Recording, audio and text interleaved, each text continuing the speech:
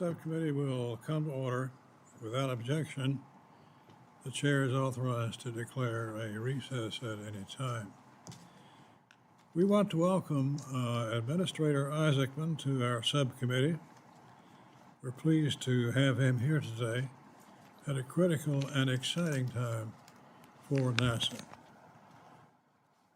Administrator, I want to first extend my congratulations to NASA for the success of the Artemis II mission. It was inspiring to see the crew complete their mission from launch to splashdown. We know this was no small feat and involved everyone at NASA working toward a shared goal. I also want to recognize Morehead State University in my district. Morehead was selected by NASA to support the tracking of Artemis II. I'm incredibly proud of Morehead State's space science program, where you can get a degree in space science. The unique opportunities that they offer to students in the hills of Kentucky. We're here today to review NASA's budget request for fiscal year 27. The request is $18.8 billion, a $5.6 billion, 23% cut from the fiscal year that we're under at the moment. In addition to the request, NASA received roughly $2 billion in the One Big Beautiful Bill for fiscal 27. After the success and momentum NASA has built up over the last year, it's disappointing to see that request. NASA has set out with ambitious goals under President Trump's leadership. America is in a space race with China, not so different from where we found ourselves during the Apollo era. We can learn a lot from history. The nation's commitment to Apollo and the success of the program clearly demonstrates that this is a critical time for investment in NASA. We must build on the investments Congress has already made. Administrator, you have recently laid out an ambitious plan for increasing the deep space launch cadence, building a lunar base, ramping up both lunar and Mars commercial missions, and returning American astronauts to the moon. The Appropriations Committee is supportive of these goals, but it's only through a strong discretionary budget process in partnership with the committee that NASA can meet these objectives. Let me now recognize the ranking member of the subcommittee, Mrs. Ming. Thank you, Mr. Chairman, and welcome, Administrator Isaacman. It's been 2 years and 10 days since NASA last appeared before this subcommittee, and a lot has happened since then, most notably the safe launch and return of our Artemis II astronauts. And I, too, want to extend a congratulations to you and to the entire NASA team, many of whom have worked decades to make this happen. Those 4 individuals, the astronauts who went further into space than any human ever did before, did so on the shoulders of the tens of thousands of Americans who made parts for the rocket or the Orion capsule, who used their own hands to build these systems, and of course the countless scientists and support staff. It is a success that every American can be proud of. The success of Artemis II and the news that the Nancy Grace Roman telescope launch remains on schedule is all the more remarkable because it comes after NASA was left adrift in 2025 with political leaders who actively harmed NASA's missions and set the agency back years by creating a massive brain drain. The Trump administration's failure to steward the agency in 2025 was further demonstrated by deeply flawed and incoherent budget proposals and the lack of a fiscal year 25 spend plan, which the agency did not submit to the subcommittee until more than 4 months after fiscal year 25 ended. Even now, the Trump administration continues to hold NASA back. Its fiscal year 26 plan was due to this committee by March 9th, and yet here we sit still waiting for it. Administrator Isaacman, I want to be clear that no one up here holds you responsible for what happened before you were confirmed. We know that the Trump administration's Office of Management and Budget has made this mess, but you must clean it up. Unfortunately, the fiscal year 27 budget reflects more chaos and failure by OMB. This budget proposal from the Trump administration devalues education, and it devalues the kinds of advanced research in aviation and earth science that will be critical to the American economy in the years and decades to come. In short, it's a surrender of NASA's position as a driver of the American economy outside the Space Coast. Our science missions depend on a strong relationship between NASA, the private sector, and university partners. This request jeopardizes that successful scientific foundation by canceling over 50 missions and reducing or reformulating dozens more. I can assure everyone watching this hearing that House Democrats will once again lead the fight to make sure that these budget proposals never become law. House Democrats will not stand for a 46% cut to the science account, including the cancellation of more than 50 missions, some of which are vital to strengthening international partnerships, and most of which drive innovation at universities all across America. And we will absolutely not accept the elimination of NASA's Office of STEM Education, just as we did not allow this to happen in fiscal year 26. These accounts are too important to the long-term future of our country, and we won't let the Trump White House abandon these advancements. And even though it's beyond the scope of NASA, I want to also highlight my opposition to the Trump administration's proposal to gut the National Science Foundation and their indefensible decision to fire the entire National Science Board. Beyond the budget and its attack on science, there are several additional policy areas where we would like some clarity from NASA because the budget request is insufficient in its details. First, NASA's conflicting and confusing perspective on commercial space stations has raised concerns among providers, potential customers, and even capital markets. NASA's vision for space exploration after Artemis 5 is also unclear, even as we reach an inflection point for both current contractors and future potential providers. And finally, NASA's plans to convert Gateway into a base on the lunar surface raise important questions about the legally allowable uses of appropriated funds. I hope, Administrator, you can share some of your vision today so that we can consider your views as the fiscal year 27 appropriations process gets underway. The bipartisan fiscal year 26 NASA appropriations law was enacted in January with almost 400 votes in the House because it rejected the Trump budget cuts and instead maintained our investments in science and education while also investing heavily in space exploration. Mr. Chairman, Democrats are ready to work with you to reject the Trump administration's budget proposal and ensure that the fiscal year 27 bill is another bipartisan legislative and policy success. Administrator, I know that you want to be a partner with us, and on that note, I appreciate also your commitment to the Goddard Institute for Space Studies, or GISS, in New York City, and the requirement that NASA restore their physical space. I look forward to your commitment to keep GISS a key part of NASA's Science Directorate, and I look forward to seeing these great civil servants back into the lab as quickly as possible. Mr. Chairman, thank you, and I yield back. Thank you, Ms. Mink. Mr. Administrator, you lifted us up in the last few weeks with the great success of Artemis 2. Congratulations from all of us. We now want to recognize our witness, Administrator Isaacman, for an opening statement. Without objection, your written statement will be entered in the record. The floor is yours.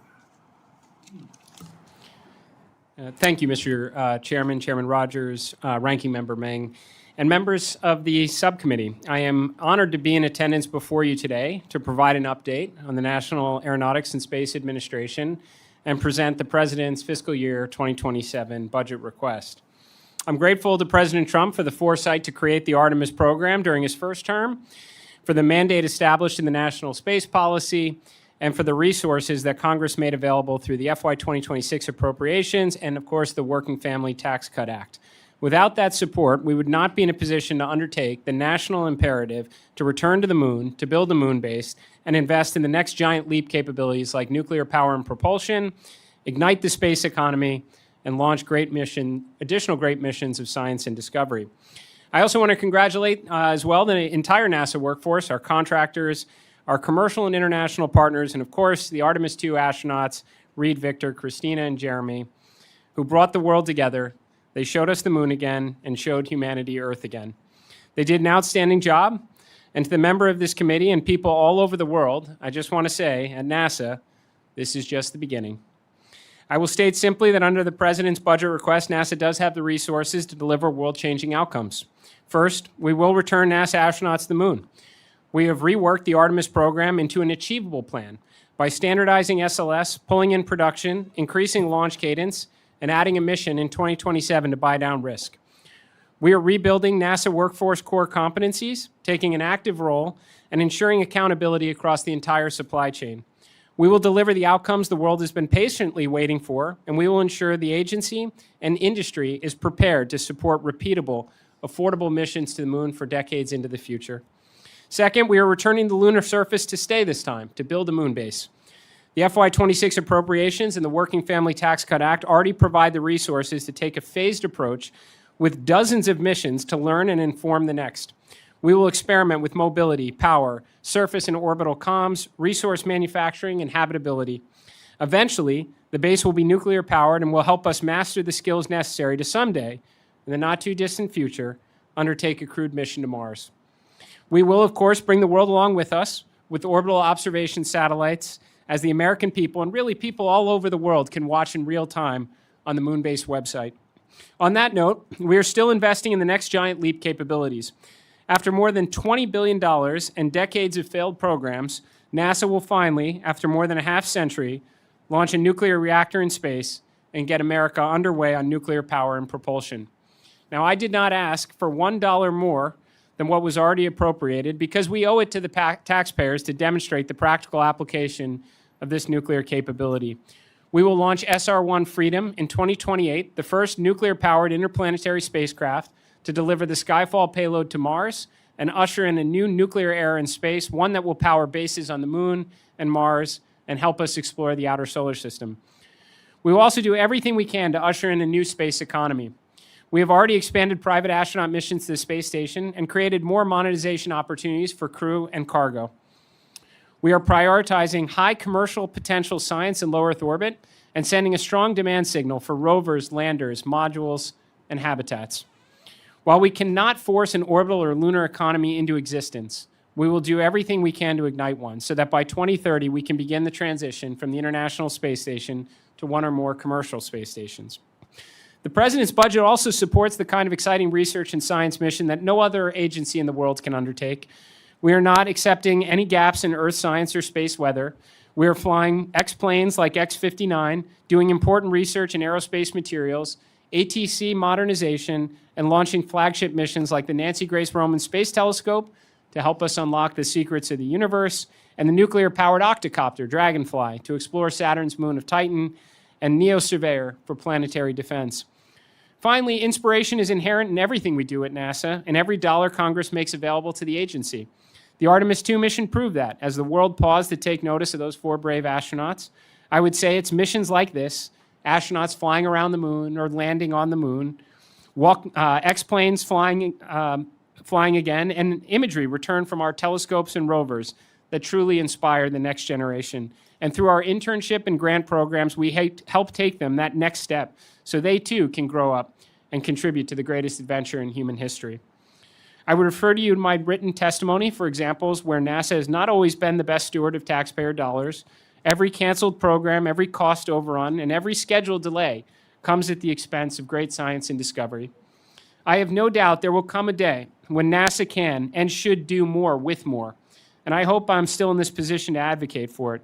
But with a national debt of $39 trillion and growing, we owe it to the American people to show we can achieve extraordinary outcomes with budget requests that already exceed every civilian space agency in the world combined. We can take this opportunity to look within, ensure our resources are focused on the true needle-moving objectives outlined in the National Space Policy, clear out needless bureaucracy and obstacles that impede progress, and empower the best and brightest across NASA to deliver the headlines that only we are capable of making. If we do that, returning to the moon and building a moon base will seem pale in comparison to what we can achieve in the years ahead. Thank you. Thank you, Administrator. We will now proceed under the 5-minute rule for questions. I'll begin by recognizing myself. Again, let me offer thanks to you and the brave astronauts on a successful, spectacular success of the Artemis II mission. That mission captivated the world in a way that hasn't happened for many years. What has NASA learned from that historic trip? Well, thank you for the question, Mr. Chairman. We got a lot of great data out of the Orion spacecraft and the SLS rocket itself. Worth pointing out, this was absolutely a test mission. No crew had ever flown on that rocket or in that spacecraft before. In fact, even on the uncrewed mission that was launched in November of 2022, Artemis I, we did not incorporate the ECLS, or the life support systems, in the Orion spacecraft. So we gathered an awful lot of data in terms of the habitability of the vehicle itself, again, the performance of SLS. And I'd say also, sir, we learned we can't fly that rocket every 3.5 years. When we first rolled the Artemis II vehicle out to the launch pad, the first window of opportunity to launch was in February. Now, I don't think anyone at NASA thought that we were actually going to hit that additional window. And that was correct. We wound up having hydrogen leaks that were comparable to Artemis I. We did, however, think that we would hit the March window after a second successful wet dress. And unfortunately, then we encountered a helium flow issue in the upper stage that was also very comparable to what we learned on Artemis I, and that resulted us in having to put the vehicle back in the rocket back in the vehicle assembly building, rework the issue, and we came out to the pad and launched successfully on April 1st. There is no question for a vehicle this complicated as SLS and Orion, you need muscle memory, sir. You need to launch this rocket, I think, no less than every year to ensure success. On the heels of that historic Artemis II mission, share with us the goals of this budget request that include significant cuts below the fiscal 26 level. Yes, sir.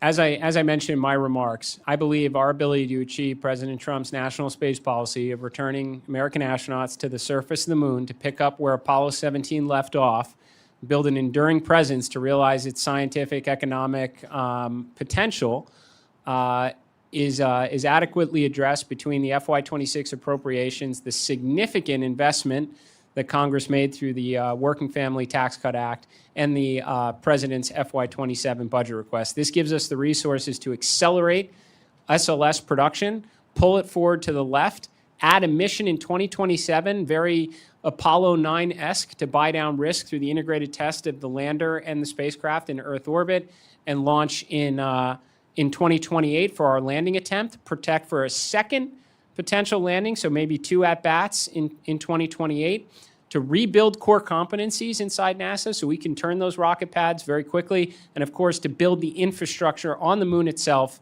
so we can establish that, enduring presence, sir. Turning to NASA's operating plan, which is required by law to be submitted solely to the Appropriations Committee for review and approval. When does NASA anticipate sending this to us? Mr. Chairman, I more than acknowledge that this has not been delivered in a timely manner. You certainly have my commitment to ensure it is on schedule going forward. I think this is somewhat of the timing of when I was confirmed, when the National Space Policy came out, and making sure everything was properly aligned. My understanding, the NASA portion should be complete. It's going through the final administration checks, and I understand it should be delivered next week, sir. We can't proceed until we get the plan. So we hope that that can be forthcoming quickly. Yes, Mr. Chairman.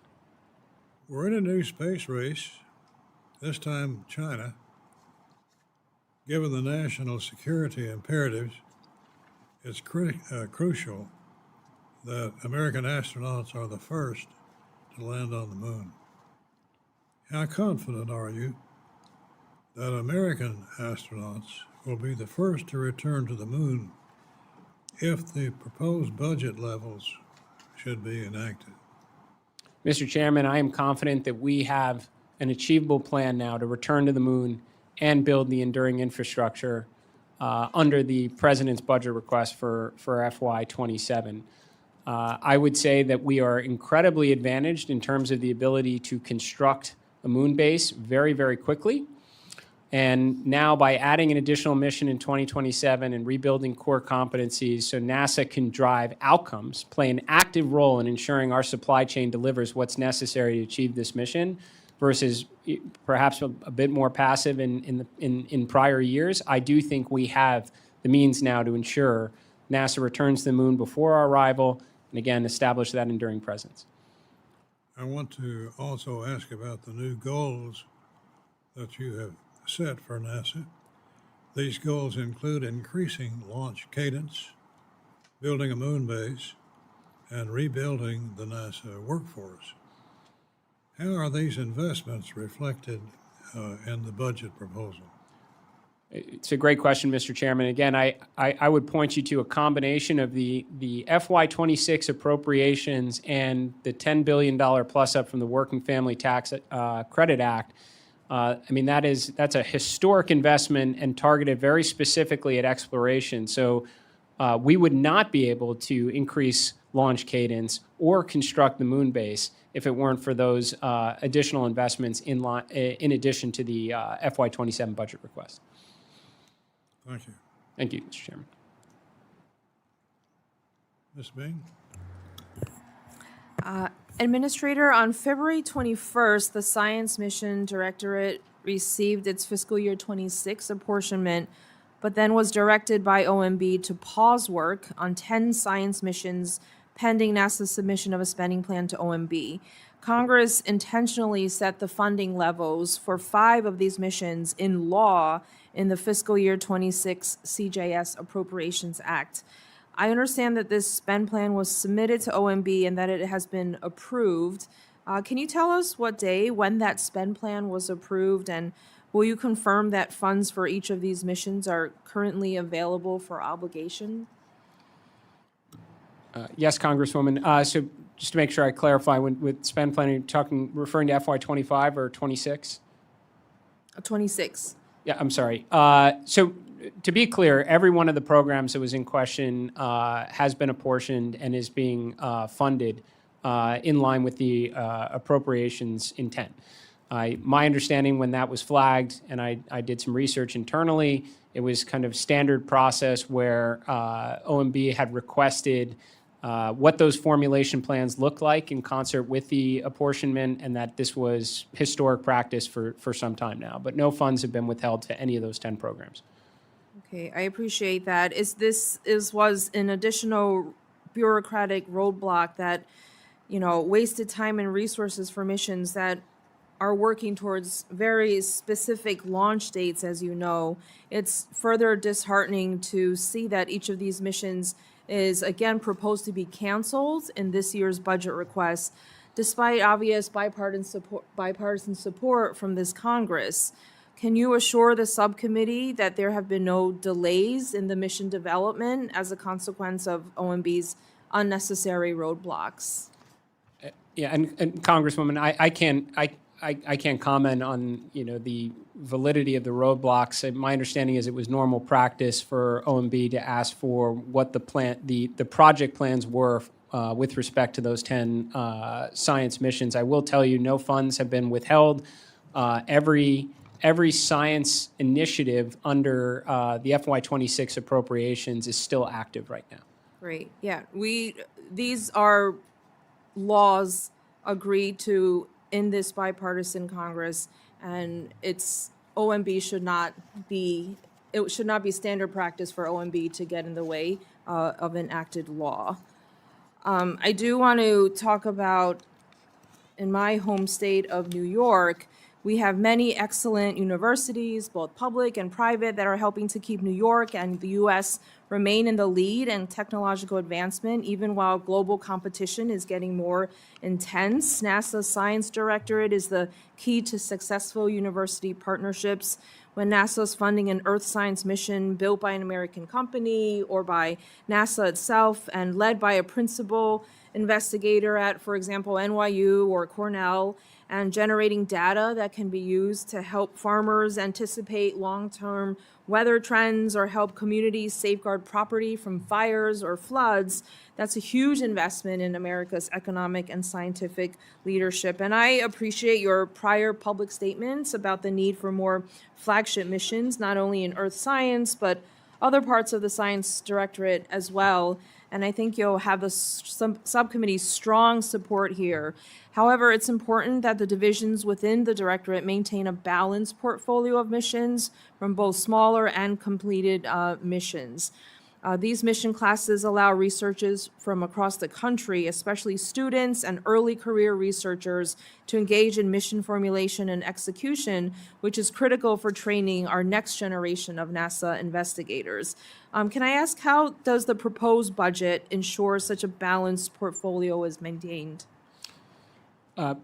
Thanks for the question, Congresswoman. We are, to be clear, not accepting any gaps across Earth sciences. I've said many times we presently only inhabit one planet. We should try and know as much as we can about it for all the reasons that you've described.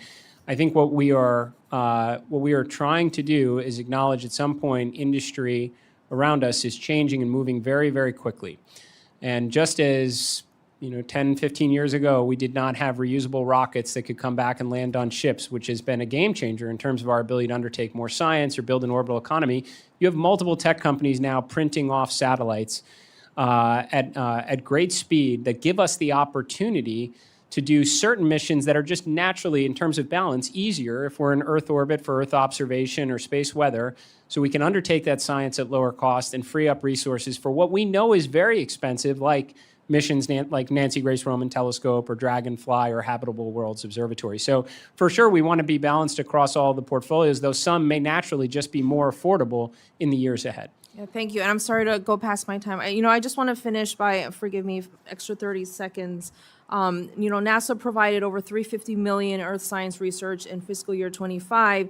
This budget request calls for only $164 million. For heliophysics research, the budget takes us from $70 million down to just $37 million. So just as two examples, we can work together on this. I yield back, I'm sorry. Judge Carter. Thank you, Mr. Chairman. Welcome. Thank you, sir. You've got an exciting future ahead of you. And I, for one, am looking forward to it. Given NASA's long experience with Sterling technology and the work underway at Halion, demonstrating much higher power than thought possible on linear generators. How does NASA plan to build on these initial engagements and translate them into a focused program that could meaningfully change how we think about lunar and other space-based applications?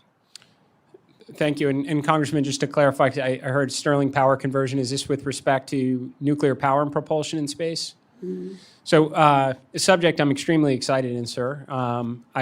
As a I do believe this is a natural direction for NASA to go in and absolutely imperative for maintaining a lunar base someday, where we'll master the skills to someday send astronauts to Mars, where we're also going to need nuclear power to help us make the propellant to bring them home safely, not to mention just explore the outer solar system. What I was disappointed to find is, again, over $20 billion in programs at NASA over decades that never left the lab. The last time America put a nuclear reactor in space was 1960-something, sir.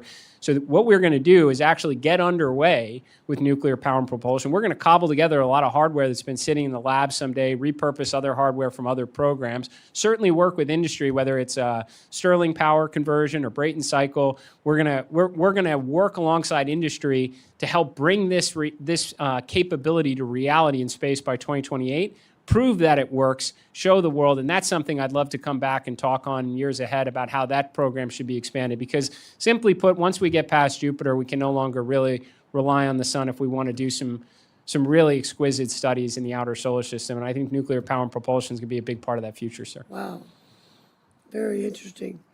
I represent Firefly. It's in my district, and their Blue Ghost Mission 1 performed the first fully successful commercial moon landing in March of 26 and completed more than 14 days of surface operations. This is the longest commercial operation on the moon to date. Administrator, you recently announced support for targeting up to 30 robotic lunar landings starting next year. This is an exciting development for both industry and NASA.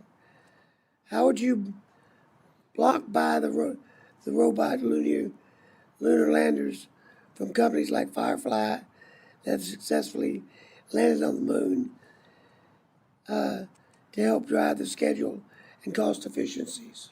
Yes, so Congressman, I'm very happy that you asked this question. So what I found I'd say like my early days at NASA, it's only been a little over 4 months, we tend to do a lot of things for a lot of people at once. And as a result, when we're trying to undertake something very big and bold like we should do at NASA, we've had a tendency to jump right to the dream state. Kind of jump right to Apollo 11, forget about the Mercury and the Gemini and all the Apollo missions before we got there. That was a formula for success. So when people talk about what does this moon base look like, I just say it's not the glass dome with the crop farm and the Ferris wheel. It's going to be a lot of littles, just like it was in the early days of our space program. So companies like Firefly, and there's others, Intuitive Machines as well, we're building kind of bespoke landers and launching them infrequently. And what we want to do is help them template it and launch with frequency. Lots of landers and rovers, just like I said, testing power, communication, mobility, navigation, and help us understand what does and doesn't work on the moon, because we haven't been there in a while, and use that to inform the subsequent phases. I have no doubt in the years ahead, as we look to land on the moon, robotic missions on a near monthly cadence, companies like Firefly and, again, Intuitive Machines and Astrobotica and others, they're going to be extremely busy, sir. One more question.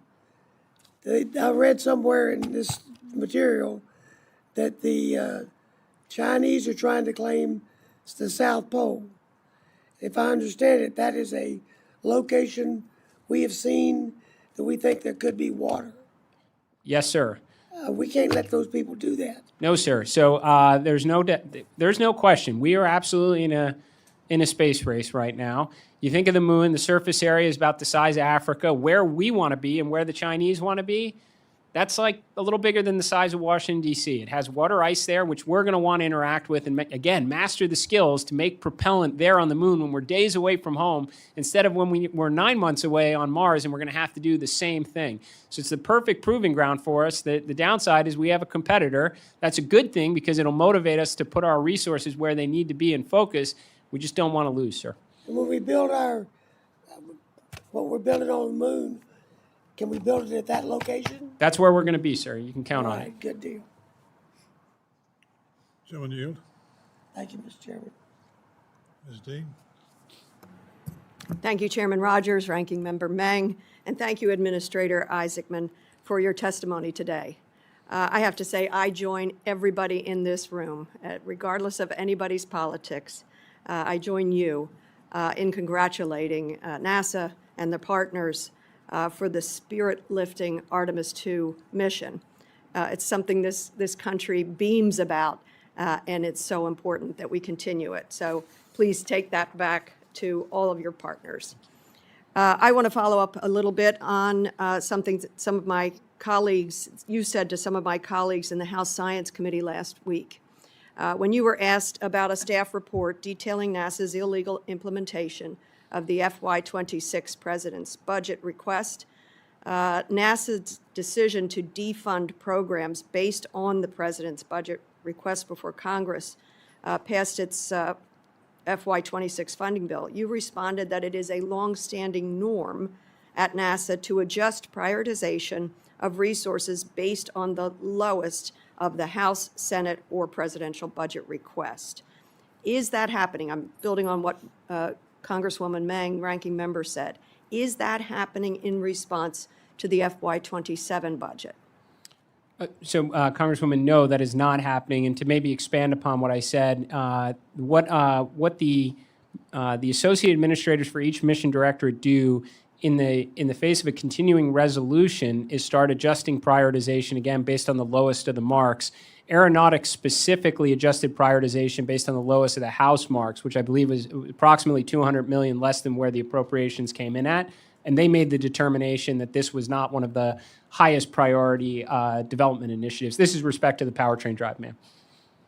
So are you saying they have slowed or stopped work on some of those projects? Not under FY26 or we're doing, to be very clear, we're under FY26 appropriations. We've not made any adjustments, based on the 27 President's budget request. My understanding is last year, under a continuing resolution, that was the longstanding practice to take the lowest of the marks, and they in fact went based on the House mark on it. Of course, that shouldn't have been the practice, because I'll remind you of what you know.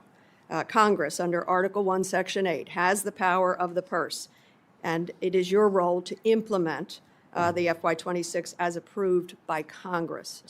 We can confirm that. Understood, right? You understood. As I'm administrator, we will always follow the law, ma'am. Terrific.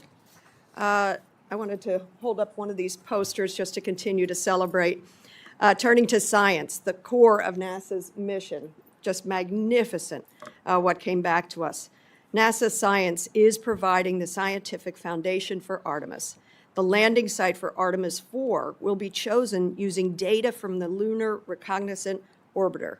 We understand the challenging radiation environment facing our astronauts because of the heliophysics missions measured it. I was disappointed to see, just like last year, another massive cut to the Science Mission Directorate. The President's budget request cuts $3.4 billion, nearly 50% of its budget. More than 50 missions, as we've talked about, are simply omitted from budget documents sent to Congress. Yes or no, are these omitted programs, excuse me, canceled? They are not canceled, no. Why are they omitted? I think the belief, and I certainly agree with this position, is that a lot of these missions that are in formulation right now have coverage from existing assets. So we are not accepting gaps on that, ma'am, and that we can reformulate a better approach leveraging commercial industry for Earth observation and space weather. That's changing what actually has happened. You're omitting, as I said, 50 missions in terms of this. Who made the decision to omit the 50 missions? I'm sorry, Somebody but had to make a decision that they would have been pulled out. I believe the President's budget request reflects that these missions, either in formulation or those that have been long past their original design life, could be achieved. So we're not forgoing the necessity of Earth observation or space weather, just that we can do it at lower cost. The President decided that then? OMB, President, or did NASA consult the advisory committees? This formulation process was, and again, I came in very late in this process. I would assume would follow standard practice, which includes the discussions with the leadership from our various mission directorates. I'm new to this committee, just this Congress. just as you are new to your position, but it's my understanding that in the past, missions proposed for terminations were still included in the budget request, because we know that cancellation is not cost neutral. We all know that. And I know this administration's really worried about waste. So I don't understand the movement of moving missions out without consulting with Congress or the technical committees. So who did it? Well, I mean, to be clear, ma'am, we haven't canceled anything yet. Every mission is still active right now. We are proposing that there are a lot of missions in formulation right now that could be done better, faster, and at lower cost for the taxpayers. Yes, but that hasn't been reviewed with us. So I think that is a mistake. And I know my time's going to run out, or am I over? I'm out? Okay, it went through. I apologize for going over. I didn't realize. Chairman, thank you very much, Thank you, ma'am. Administrator. Mr. Clyde. Thank you, Chairman, for this hearing today, and thank you, Administrator Isaacman, for your testimony before the committee, especially just 2 weeks after the crew of Artemis II safely splashed down. There's going to be a chorus here of congratulations, and I'm not going to miss that opportunity either. So congratulations again for a tremendously successful mission around the moon, the first crewed flight beyond low Earth orbit in more than 50 years. I want to commend you and everyone at NASA for this resoundingly successful mission, one that inspired a new generation of scientists and engineers and united the entire country behind a common goal, and that doesn't happen very often.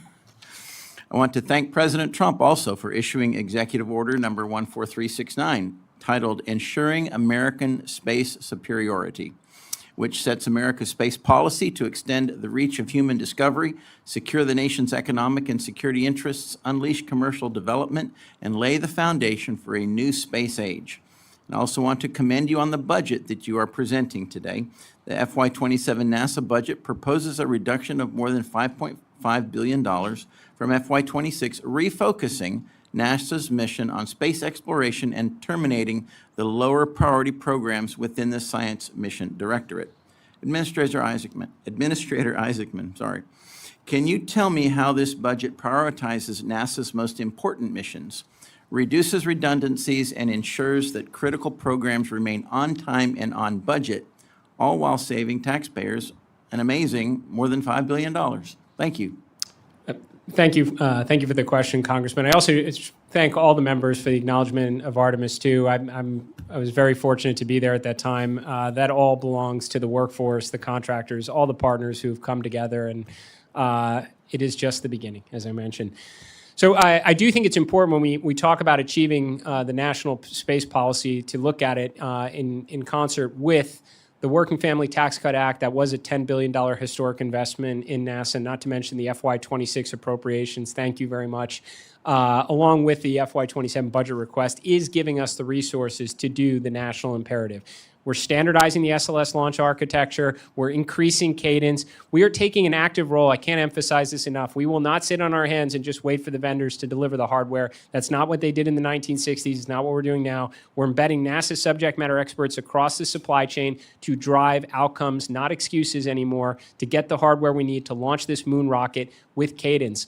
We are rebuilding our core competencies inside NASA, increase our expertise, because I have to tell you, throughout NASA's entire history, from Mercury all the way through the shuttle, sir, we used to launch rockets every 3.5 months on average, not every 3.5 years. We need to get that muscle memory back. And in parallel, sir, we have the resources to build the moon base, to get infrastructure in the desired zone on the moon, the South Pole, so we can get there, start working with the water ice, and master the skills someday for a mission to Mars. And we have the resources under FY26 appropriation and decades of struggling programs to get America underway on nuclear power and propulsion in space. And as I mentioned, sir, too, we're going to continue to work on igniting the orbital economy. We're going to stimulate the lunar economy with lots of landers and rovers. And we're still launching extraordinary missions of science and discovery, flagship missions that no one else in the world is capable of undertaking. Well, thank you. As a Navy supply officer, I believe in on track and on budget, or under budget, if you can possibly do that. So great to hear that. You know, in March 2024, 60 Minutes detailed a significant question surrounding the Artemis program and its continued ballooning costs and schedule overruns. In this report, NASA's Inspector General stated, and I quote, "Significant reductions in cost and better planning. The current trajectory of the Artemis program is not sustainable."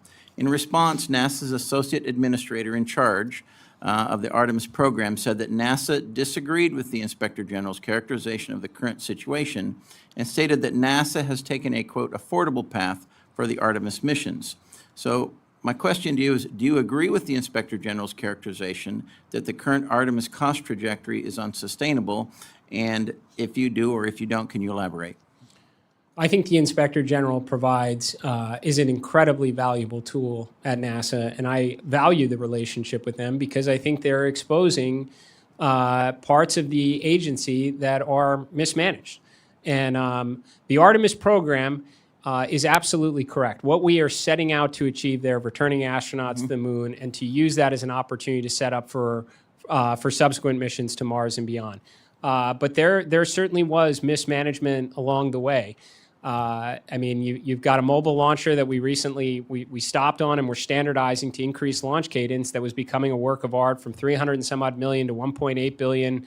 We were building a new upper stage that was entirely unproven instead of leveraging hardware that was already had flight heritage. So the ingredients were fine. How we were putting them together was not making the right meal. We are on a better track to that now, sir, and there's no question. By standardizing it, stop making it a work of art, launch with cadence, and I say especially, sir, putting the subject matter experts, the brilliant minds at NASA, into the supply chain and demanding outcomes is critical. If we were to sit on our hands right now, we would watch the Chinese get to the moon before us. We are taking a different approach right now, which I have no doubt will bring down cost, increase capability, so when we get back to the moon, we can do so to stay, sir.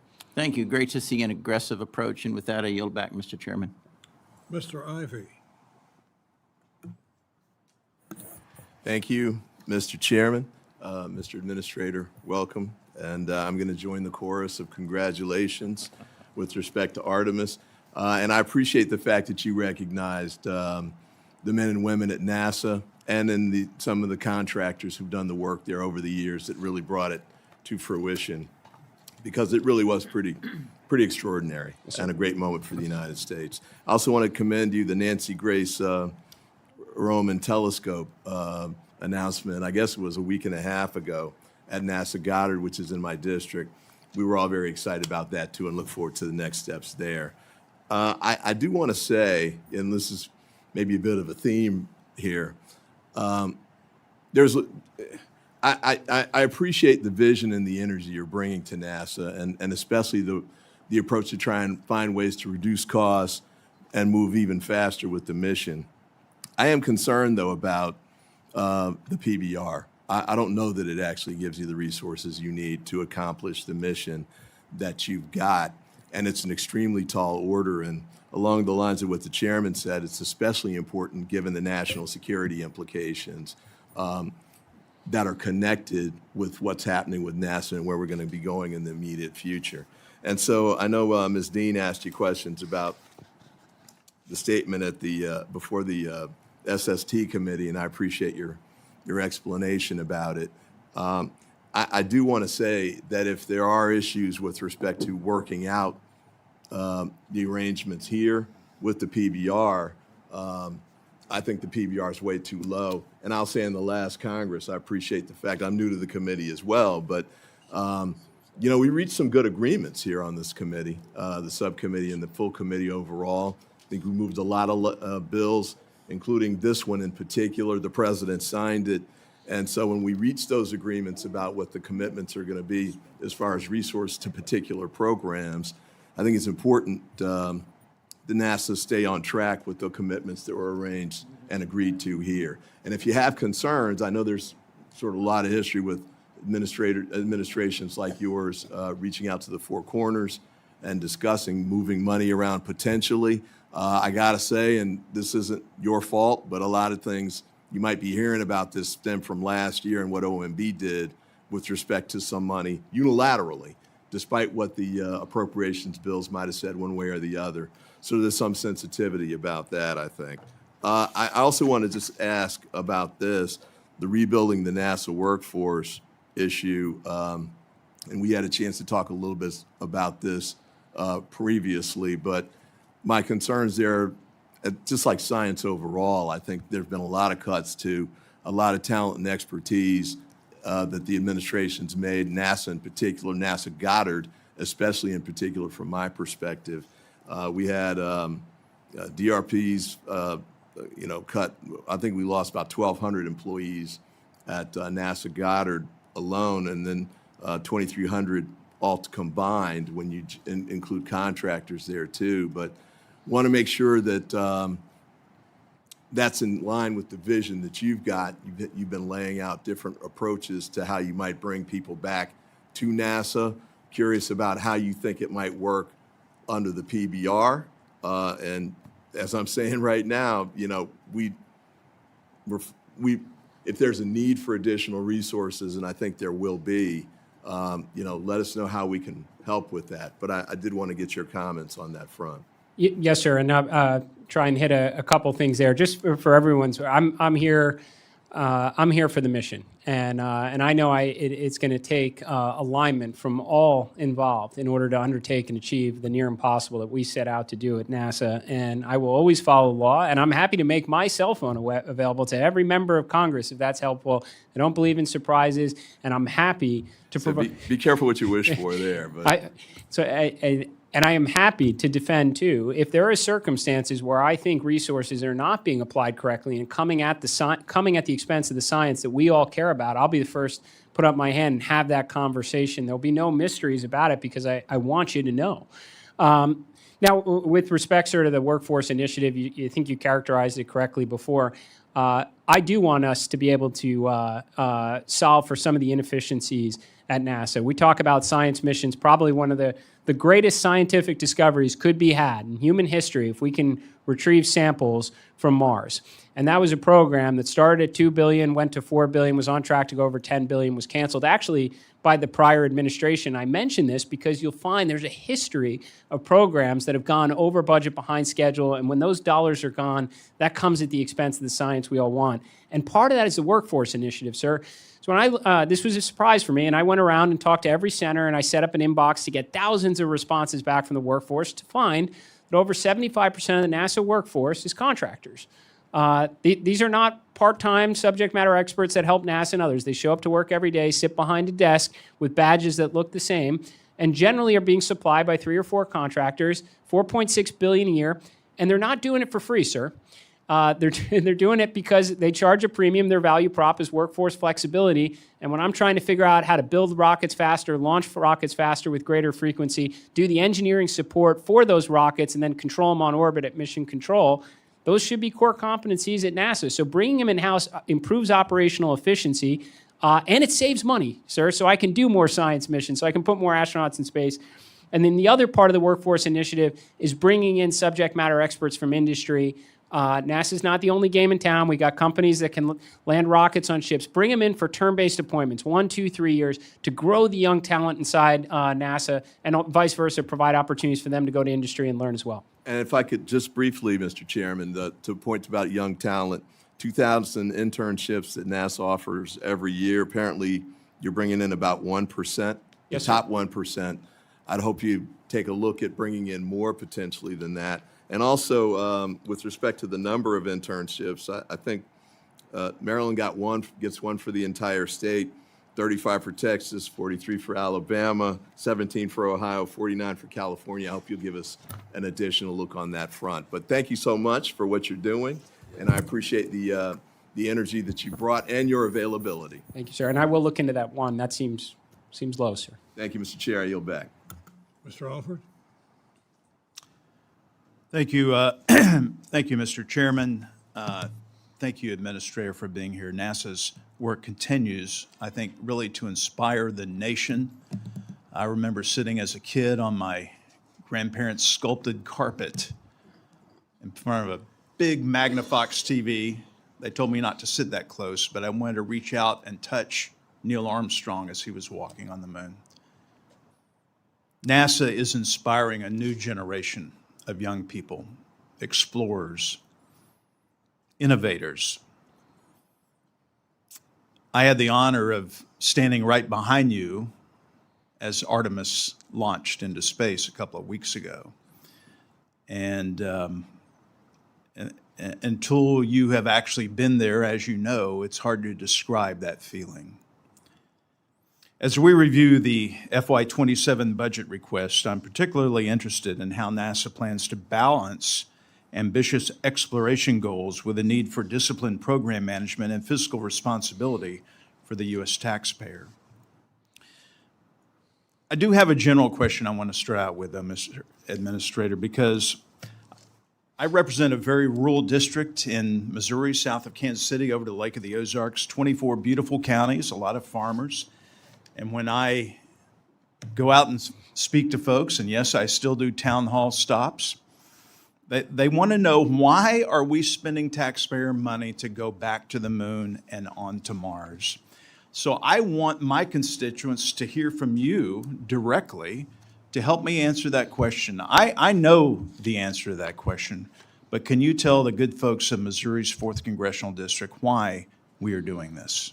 Thank you, Congressman. I appreciate the question. It was great to be at the launch with you. And for the memories you had as a child, I can tell you we're back in the business of sending rockets to the moon, and it's only a matter of time before you get to witness that again. And I'm looking forward to seeing it myself and for my children to see it. Maybe that goes to part of the answer, sir. You know, the 1960s, we did the near impossible. I mean, in a time we knew so little, to send Neil and Buzz to the surface of the moon and bring them back safely, it sent a message to the world of what we are capable of doing as a nation. And I think that there's just the sheer amount of technology that we learned from that, you know, not to mention the inspiration. I can't tell you how many engineers, scientists, rocket scientists, astronauts, pilots right now chose those career paths that are so important for our own national security because of moments just like that. Now, when the president gave his inspiring vision to return astronauts to the moon, pick up where Apollo 17 left off, he said, don't go just back for the flags and footprints this time. Build a base, stay this time, and learn about its scientific potential, its economic potential. We may very well have a lunar economy someday, 3D printing AI satellites from regolith, mining helium-3. That economic potential is not something we want to find out the hard way by coming in second place. Not to mention, it is the technological proving ground for us to someday undertake an even more ambitious and inspiring mission to Mars. I would say that for all that we stand to learn, everything from a scientific perspective, and of course, the inspiration it has for the next generation to grow up and take us farther, it is a price worth paying. Now, there is a difference. In the 1960s, NASA was 4.5% of the discretionary budget. We're 0.25% now, and you have some of the wealthiest individuals in the world that are contributing their resources well in excess of what's under contract today to give a capability that's vitally important for national security, and I would say arguably for all of humankind. So the price that we're paying is a lot less, but what we stand to gain is so much more. What do you see as the biggest challenge right now for the program? That we have a very real competitor, sir. In hindsight, of course, we thought we were in a space race in the 1960s, and it turns out we had all the schedule margin in the world because no one's been back since Apollo 17. I can promise you, sir, and every member of this committee, that is not the case this time. It will come down to months. The Chinese program is very sophisticated. They're drawing on our playbook from the 1960s for sure. And what you just saw Artemis II pull off, you're going to see the Chinese do in the not too distant future. We have a new space race. If they win, what's at stake? I would say using the example I gave before, July 20th, 1969, when you pull off the near impossible, it sends a message to the world of what else is America capable of doing. And it gives everybody a bit of pause before they encroach on American interests across any of the most important technological domains. Well, I'll tell you the inverse holds true as well, sir. 35 years of promising the American people we will return to the moon, $100 billion spent in that endeavor to come up short. It says something is broken. And I think that shockwave will be felt around the world if we come up short. Thank you, sir. I yield back. Mr. Briley?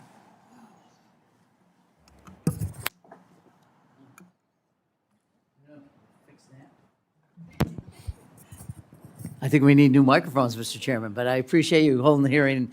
Mr. Administrator, thanks so much for being here. I join with Representative Alford. I was a young man watching those grainy images of Neil Armstrong in my mom and dad's living room and feeling this extraordinary sense of pride and accomplishment. I'm such a nerd. I probably could name the 7 Mercury astronauts. That's how much I care about this. But so, look, congratulations to Artemis II. Congratulations to NASA and all the folks who made this happen. It is an extraordinary moment in our history. But I do want to come back, and I'll just say in general terms, I think you've heard from a lot of the members about the Science Mission Directorate. And if you can do all these things and cut costs and do it in a more efficient way, I think we would like to know that, but we are very, very concerned about the potential impact of being delayed, scaled back, or canceled. So I don't want to ask you again because you've been asked each way, but just to reemphasize how important we think this is. I do want to, though, note, in sort of just broad terms, reading this morning about National Science Foundation's nonpartisan National Science Board being eliminated or members being told that they're no longer needed. And, you know, also concerns about potential funding for the Office of STEM Engagement. It feels to me at a moment, and you just talked about this, a need for innovation, bright minds to be engaged, to be excited, to be joining in this mission, that in many ways the administration seems to want to undercut this drive to having young people engage in science. And whether it's STEM or whether it's the other programs I mentioned, I'm really concerned about it. So help me feel less anxious about the administration's efforts to undermine science broadly, because this does end up being an important part of what NASA is trying to do. Well, Congressman, I appreciate the question, and I just want to say this administration absolutely values what we can accomplish in space. As I mentioned in my opening remarks, President Trump created the Artemis program during his first term, created the Space Force, the Artemis Accords that we now have 63 nations around the world that have signed on for our like-minded views of what peaceful exploration of science and discovery should look like across the last great frontier, not to mention the National Space Policy that gives the mandate to return to the moon and build the base. What I would say, sir, with respect to inspiration, it's inherent in every dollar we receive from Congress. I mean, you know, I've heard it across the dais today that Artemis II, I was sitting there with my child or my grandson and heard it in the previous committee as well. That causes people to pause and take notice. And I guarantee you after Artemis II, you're going to have more children dressing up as astronauts for Halloween, sir. Well, I hope that's true. I absolutely. But do you disagree that STEM engagement is a core component then of that? How if we're not attracting folks to the sciences and engineering and math, how do we end up expecting people to be scientists working on these programs in 10 or 15 years? Sir, I would just say it is inherent in everything we do at NASA, the inspiration for sure, but every one of the mission directorates has internship programs. Every one of the mission directorates has grant dollars that go out. So within the president's budget request, we can inspire the next generation through our exciting missions of science and discovery. We can provide internships to give them pathways into NASA, and we can get them hands-on with hardware through our various grant programs. In fact, the moon base alone, with dozens of landings over the next 3 or 4 years. I've told this in publicly many times. We could raid the pantry at every NASA center for scientific instruments, and there would be so much excess mass and volume available that we wouldn't know what to do with it. We're going to have kids in university right now building scientific instruments that in the next 2 years will be on the surface of the moon, sir. Okay, I appreciate that. We're going to hold you all to it. With my last minute, the Project Ignition proposes pausing the Lunar Gateway program, which was scheduled to receive about $2.6 billion under the One Big Beautiful Bill, although I know we don't refer to it that way anymore. But are you planning to reallocate the funding and the pause, and can you talk a little bit about what you see the future of that? Yes, sir. So there will still be orbital capabilities, as a component of what that Gateway program was meant to be. You're going to need orbital communication relay. You're going to need orbital observation. But we believe the bulk of those resources, sir, should be putting infrastructure on the moon itself and not above it. We don't want our astronauts looking down on the Chinese when we could be on the surface ahead of them. But the idea of orbiting landers that would be there on an ongoing basis, that is now out of the project, as I understand it. And it may very well be there in the future. In fact, I can see a lot of merit to it, but I think the immediate priority is getting that infrastructure on the surface of the moon itself and not above it, sir. Okay. Thank you, Mr. Chairman. I yield back. Mr. Strong. Thank you, Chairman Rogers and Ranking Member Ming, for holding this important hearing. I concur with the Ranking Member. It is a fact there is wide bipartisan support for NASA. I go a little further, and there's a lot of support from the President of the United States, and that's proven in where this space program is. It's good to see you again, Administrator Isaacman, and I thank you for being here today. Just 17 days ago, the world watched as 4 astronauts returned to Earth, completing the first crewed deep space mission in more than 50 years.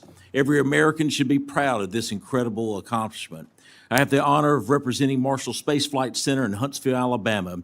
You look at the second-to-none workforce at Marshall and the unmatched expertise in North Alabama, and I proudly say the road to the golden age of space exploration runs right through the Rocket City. Since the first lunar mission, North Alabama has played a starring role powering our nation's space program and diligently working to make human spaceflight possible. We are the propulsion capital of the world. The legacy lives on today as we saw the Artemis II crew fly aboard America's rocket, the Space Launch System, the only human-rated, flight-tested, and proven rocket for deep space human exploration that has allowed Orion to travel more than 685,000 miles. Administrator Isaacman, in your testimony, you emphasized the importance of focusing NASA's resources on mission outcomes. That includes an increase in cadence, which I totally agree with. I agree with that approach. We all share the goal of not just returning to the moon, but sustaining a long-term presence there. Mr. Administrator, NASA's budget request suggested a transition away from SLS after Artemis 5. Can you help this committee understand how NASA's plan to build, inhabit, sustain a long-term lunar presence after Artemis 5, given that the SLS is currently the only proven rocket capable of meeting all the needs of deep space human missions? Thank you, Congressman. I also want to say that the road that I took to be here today also went through Huntsville when I went to space camp at, I want to say 12 or 13 years old. So I have an incredible appreciation, Space and Rocket Center, but also what the good work that's done at Marshall Space Flight Center. You're absolutely right, sir. If we're going to go through the trouble of building a moon base, we better send our astronauts there with pretty great frequency. So as of now, the plan is, as it's funded through the Working Family Tax Cut Act, to use SLS through Artemis 5, and I have no doubt components of that are going to continue on beyond that. We put out an RFI to industry for no less than 2 different pathways to launch American astronauts to the moon every 6 months. I have no doubt SLS is going to come in at one of them. My guess is it's going to come in at a lot lower cost because we're going to be able to alleviate those contractors from a lot of the burdens that NASA has probably put on them, and that's the feedback we received from them. So we're going to wind up probably having SLS as one of those vehicles at lower cost so we can launch it with greater frequency. And I have no doubt we're going to probably see a combination of another vehicle that's most likely going to use Orion because, to your point, sir, it's the only vehicle that's crew-rated that can bring astronauts back from those kind of velocities coming back from the moon. Thank you. What measures is NASA taking to ensure there's no gap in our deep space launch capability? And what does this strategy involve keeping the SLS fully operational until a fully tested and proven alternative becomes available?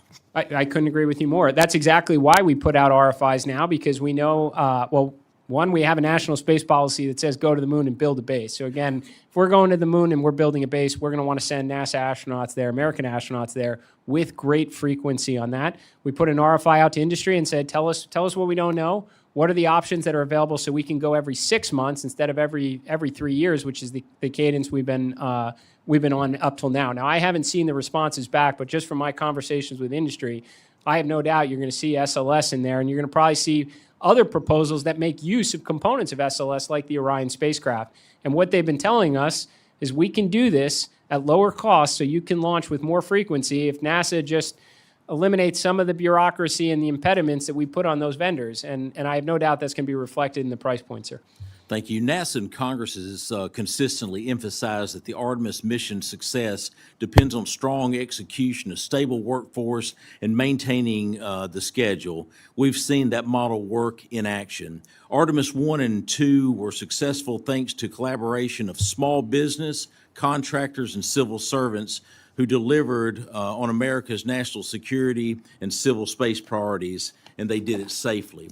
Small businesses have played a key role supporting the expertise of civil servants to deliver on NASA's mission for over 50 years, and we must continue building those relationships and that ecosystem. As NASA explores new approaches to its workforce strategy, as you have suggested, such as bringing some contractor roles in-house, the agency must not lose its expertise, innovation, and flexibility that small businesses provide.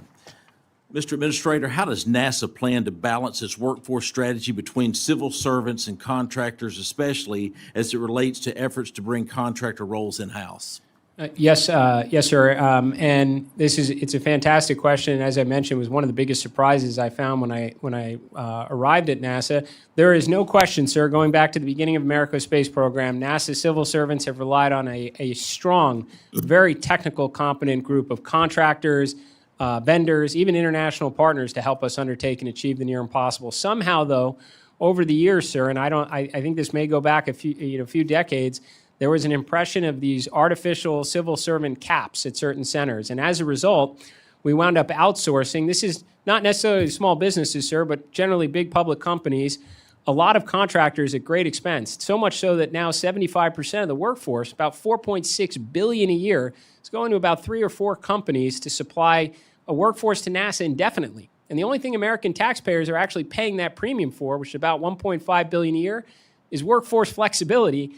And here we think to beat the Chinese, we might need to bring in expertise on building rockets, launching rockets. And when those astronauts call back and say Houston, that mission control that they're talking to is actually NASA employees and not contractors like it is today. So we're just trying to right the balance. The small businesses that provide subject matter expertise and consultants, that's not the focus of this, sir, but the big companies that they're charging a lot to the taxpayers for perpetual staffing, we do want to right that ship, sir. Thank you. Mr. Chairman, I yield back. Mr. Mervin? Thank you. Thank you, Chairman. Thank you, Ranking Member. Administrator Isaacman, I want to thank you very much for joining us today. I want to echo the importance of the NASA STEM engagement program that my colleagues have made. Engaging young children after they have been inspired by the likes of the Artemis missions is important to ensuring that we have young adults who want to go to schools like Purdue University, the cradle of astronauts on the onward to the moon, Mars, and beyond. In 2024, I was honored to announce that the Challenger Learning Center of Northwest Indiana received $963,000 through the appropriations process. I was proud to support the request, which will have a lasting impact on engagement in STEM and encouraging them to consider careers in science and space. Our children are the next generation of astronauts, scientists, mission specialists, who will help return humans to the moon, land a human on Mars, and achieve new heights currently unfathomable.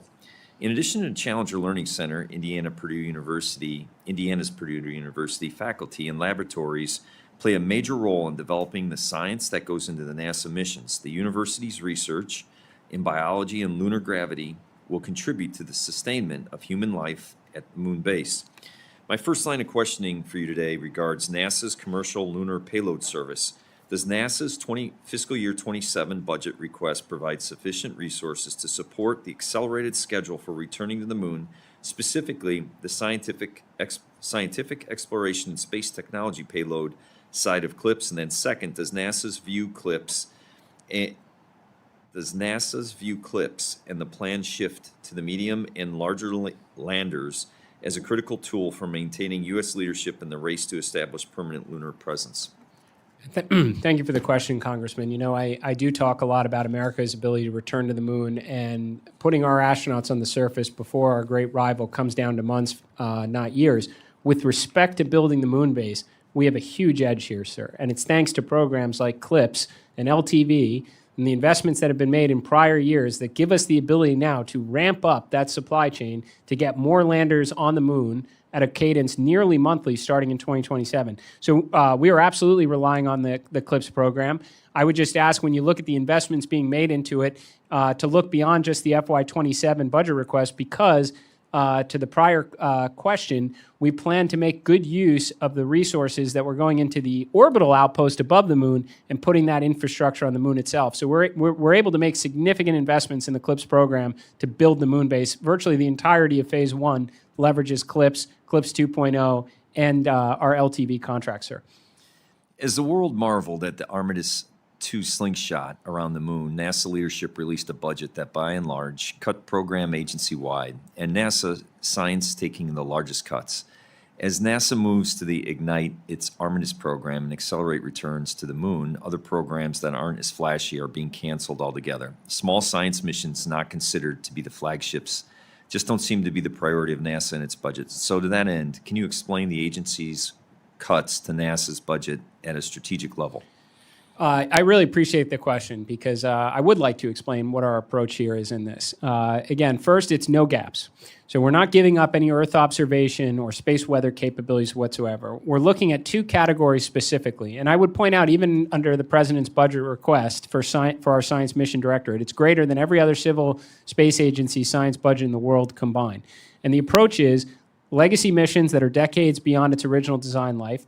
How can we still get after that data, because the taxpayers invested a lot to have those capabilities on orbit, do so in a consolidated, efficient way to continue to get good science out of it, as opposed to funding it exactly the same as it was 20 some odd years ago, adjusted for inflation. And then two, we're formulating missions for, that are meant to launch in the 2030s the same way we did in decades past, instead of making use of commercial industry now that are printing off satellites for Earth observation already and adding the instrumentation to them for Earth observation, whether it's for climate purposes or agriculture. So we believe we can get at that data more affordably in the future, so we can free up resources for what industry is not capable of doing, like missions like Dragonfly or Habitable Worlds Observatory.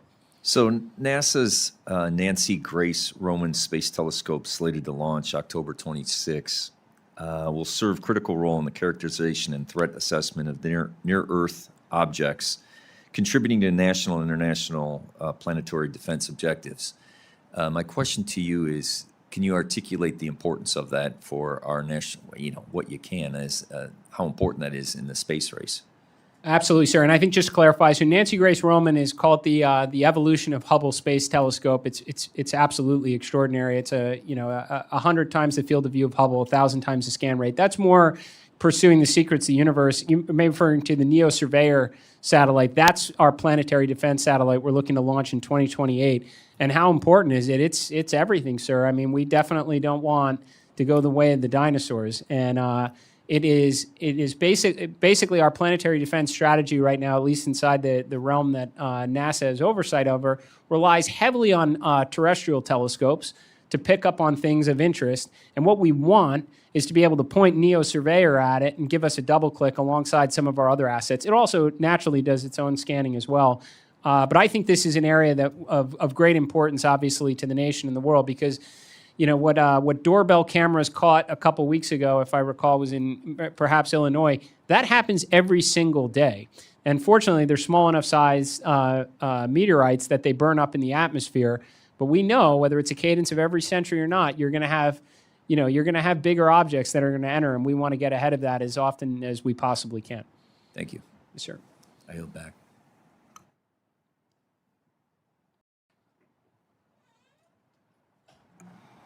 Mr. Klein. Thank you, Mr. Chairman. Thank you, Administrator. Congratulations on the success behind the Artemis II mission, first and foremost.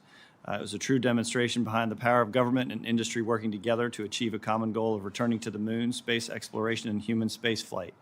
A key component to that success, I believe, is due to our thriving commercial industry, which we've cultivated by operating under the principles that government should rely on commercial sources, with the exception being when no private source is available.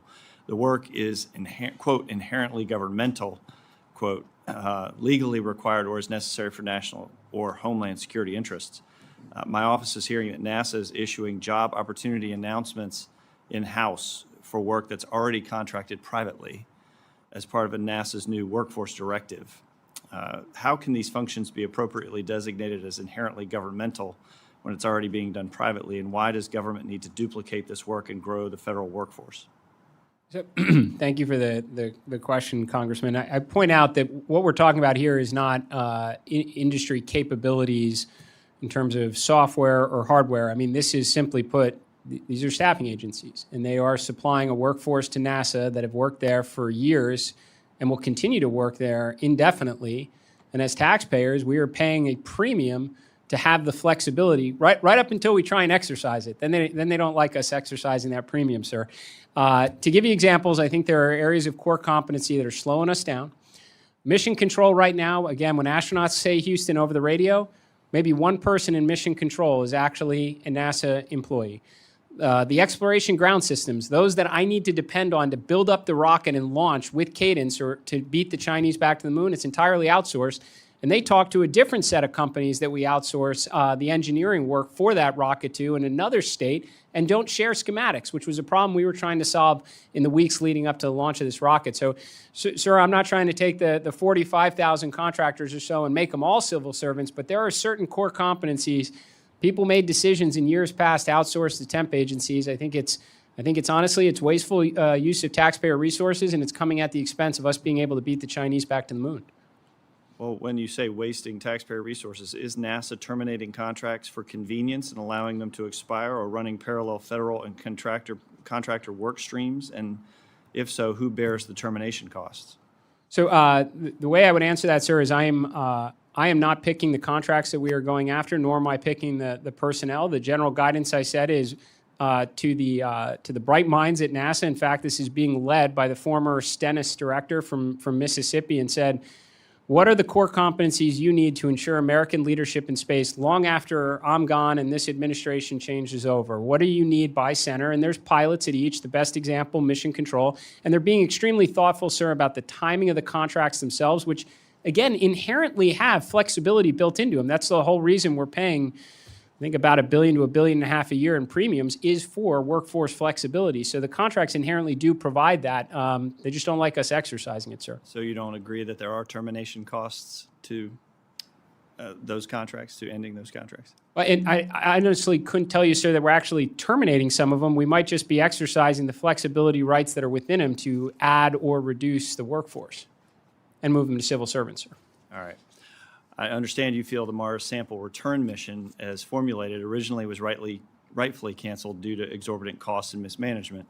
However, this committee provided $110 million in taxpayer dollars in our final FY26 bill to go towards Mars future missions that would buy down risk on some of the technology needed for a future MSR. With the Chinese planning to return their own samples by the early 2030s, this may be another flashpoint in great power competition.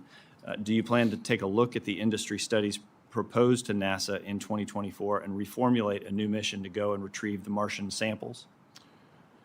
Congressman, I think going and getting those samples would be absolutely extraordinary. I do think it would contribute to the greatest discovery in human history, and I am very disappointed that the Chinese have a plan to go and do so on that. That stated, the previous program, again, was canceled under the other administration, went from $2 billion to over $10 billion. So I don't fault anyone. My job here is absolutely the mission, sir. And I think in years past, we tried to formulate these grand projects with various international partners and make a good press release out of it. And the result was we actually never got after what we were intending to do. And we lost a lot of money along the way. If we are given the mandate to go get those samples and the resources to do it, we would formulate it the right way with industry partners. Encourage you to utilize a commercial approach using firm price contracting to prioritize cheaper, faster, and more efficient solutions to the complex mission. I yield back. Now, welcome to the subcommittee, the newest member of this august group, Mr. Sharif. Thank you, Mr. Chairman, Administrator. Thank you for being with us. I am the new member. This is my second subcommittee hearing, and when you're down dais, you're often on cleanup in terms of questions, and so I don't want to rehash material that my colleagues may have asked you. I do want to note that I represent part of Indiana, as does my colleague from the Chicagoland portion. I'm a graduate of Purdue University. I studied agribusiness in grad school, not rocket science, but it's an extraordinary university. Neil Armstrong and about 24 astronauts came out of Purdue. My home state is also deeply invested in some programs at NASA. We've got L3 Harris, we've got Redwire, continuing that legacy of advanced aerospace engineering. Administrator, in this new era of competition, domestic manufacturing is going to be critical to ensuring that we've got the capabilities necessary to compete with our adversaries, China principally. In your view, what investments are required to bolster critical components of the space supply chain, advanced manufacturing, and ensure that states like my Indiana benefit from these public investments, sir? Thank you very much for the question, Congressman. I would tell you right off the bat, we need valves. If I could wave a magic wand right now with respect to the supply chain and have more than one option to free up the bottlenecks when it comes to rocket production, lander production for our uncrewed, the CLPS landers we were talking about before, valves. Unfortunately, in this respect, NASA is not always a great customer because we need exquisite valves to a certain spec, and we might only need a handful of them. And it doesn't always make the best business case for some of these companies. So we're not always the highest priority, and the valves we get often can be late and fail to meet our qualification standards. So we're actually taking this point, sir, and we're looking to use some of the SBIR authority we have, try and stimulate small businesses to work on some of the problems we have in the supply chain. And if I were to go off the top of my head right now, we need valves and we need hypergol thrusters in order to meet our anticipated requirements for not just putting astronauts on the moon, but also building the moon base. I appreciate that. We've very much talked about getting to the moon, and the moon is a leapfrog to ultimately getting to Mars. But there are multiple missions that have and continue in low Earth orbit up at the ISS that we're funding today, and that we would continue to fund in this next budget that we're wrestling with. Can you speak to some of the commercial missions going on and that will continue in the next budget year on the ISS, and what their uses will be on the moon in the end use cases that NASA needs toward these commercial development for the next few years? Yes, sir. I have a great example for you, which is the actual spacesuits our astronauts will wear when they're walking on the moon. So we can do a lot of testing here on Earth. We can put our astronauts in the suits, pressurized in a vacuum chamber to learn about the integrity of the suit. But if we want to know how they perform, in reduced gravity, one of the best places we can do is put them in space in it. So we intend by the end of 2027 to get at least two, or let me just say, at least one we'll take, of the spacesuits that we intend to put our astronauts into the moon to the International Space Station. And it shows that our presence in low Earth orbit is a great proving ground, again, for some of the technology that's going to be needed for the efforts that we want to undertake on the moon itself. I appreciate it. That's very helpful. Administrator, I was very much looking forward to going down for the launch. I was signed up on the first one, and it was scrubbed. I was signed up on the second one. It was scrubbed.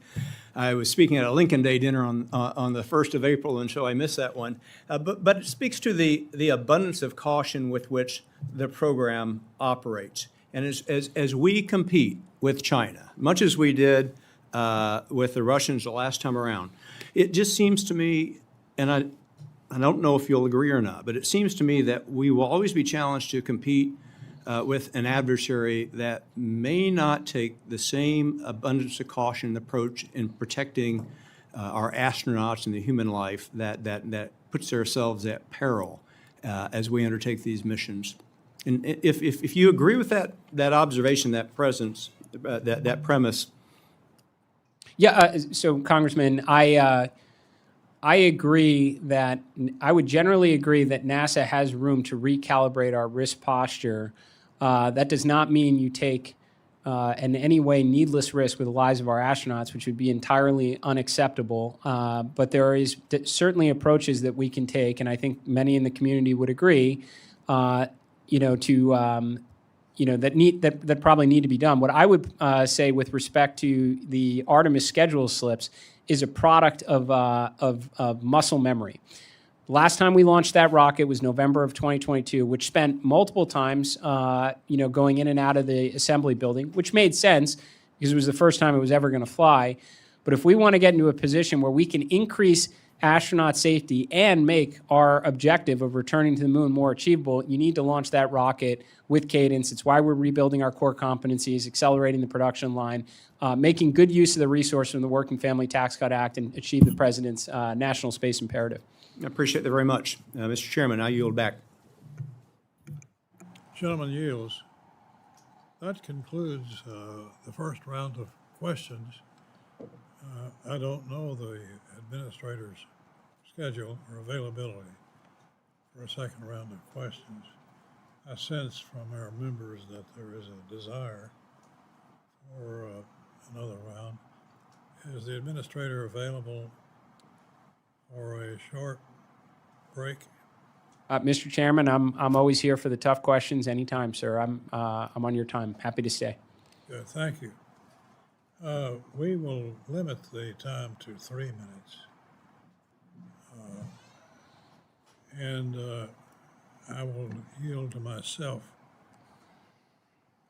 Administrator, let me turn you to Artemis 3. NASA recently announced changes to its architecture in order to test the human landing system's ability to dock with the Orion capsule. The budget request for the human landing system is roughly $2.8 billion. Given this very large investment, how confident are you that Artemis 3 will remain on schedule and successfully complete the mission? How does your budget request reflect the changes in the Artemis architecture? I appreciate the question, Mr. Chairman. I'm also very grateful because you're absolutely correct. The taxpayers are making a very big investment to both SpaceX and Blue Origin's human landing system capability. I would also appreciate that both those companies are investing well in excess of that as well for a capability that is so important to NASA, but honestly, national security, American competitiveness, because it's that capability that allows us not just to get back to the moon, but really build the moon base, sir. Put lots of mass efficiently and affordably on the surface, not to mention every other application that comes from a rocket that you don't have to throw away. So we're very grateful for that. I would say I've received responses from both vendors, both SpaceX and Blue Origin, to meet our needs for a late 2027 rendezvous docking and test the interoperability out of both landers in advance of a landing attempt in 2028.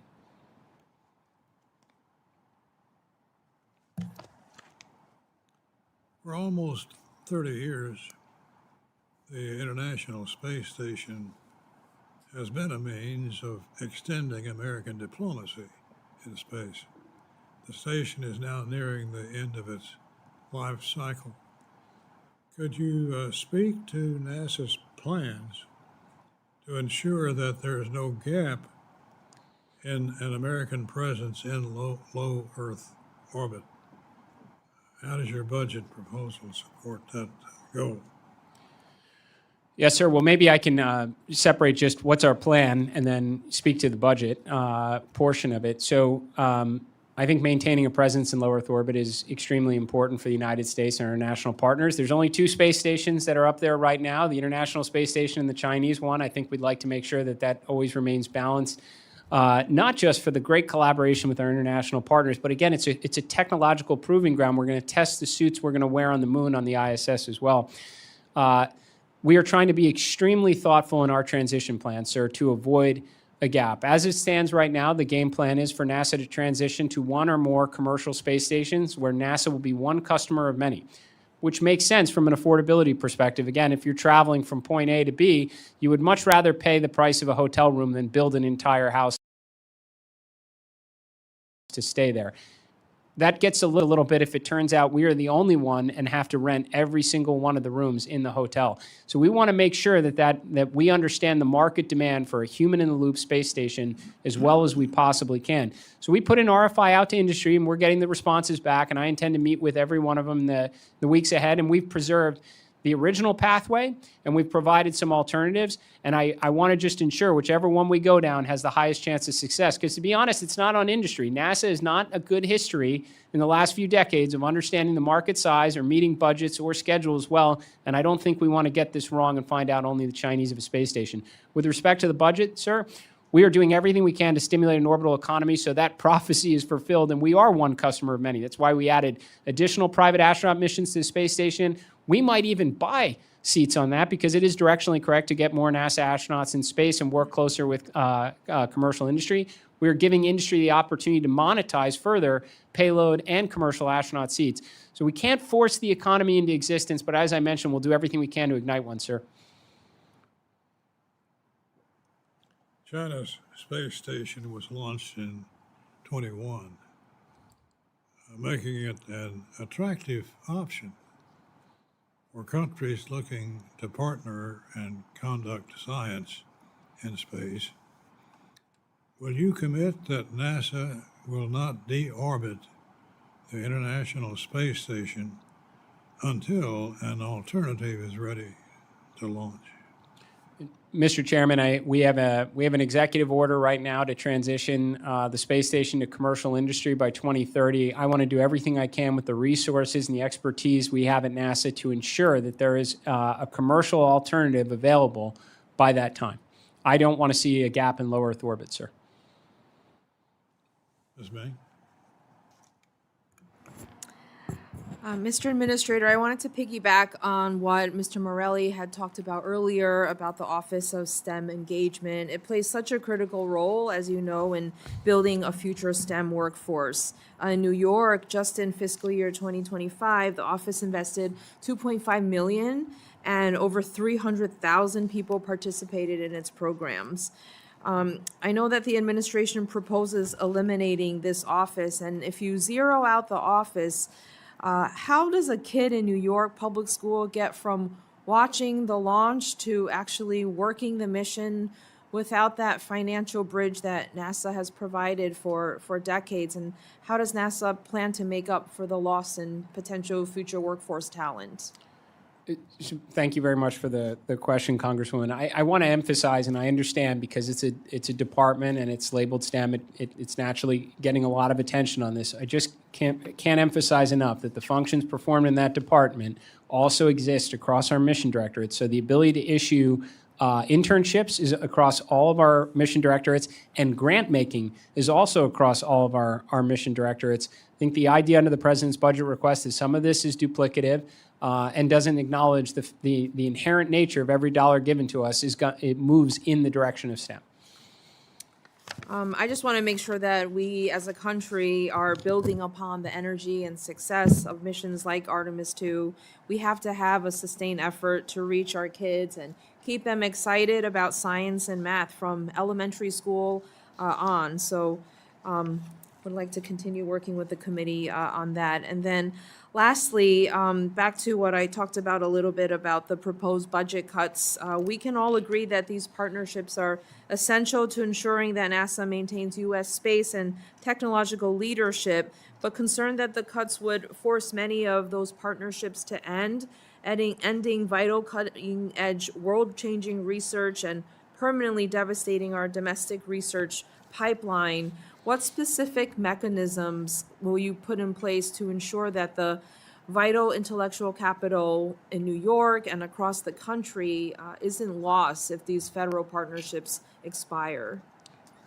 And apologies, ma'am. Can you, which programs? Sorry, when we were talking about the cuts to how America's colleges and universities may be cut, where NASA provided over $350 million in earth science research in 25, but this budget request, for example, calls for just $164 million. And it's across different parts of the portfolio. And I guess I would just say to that, ma'am, that there are still hundreds of millions of dollars that will be going to universities across the nation as components of our grant program.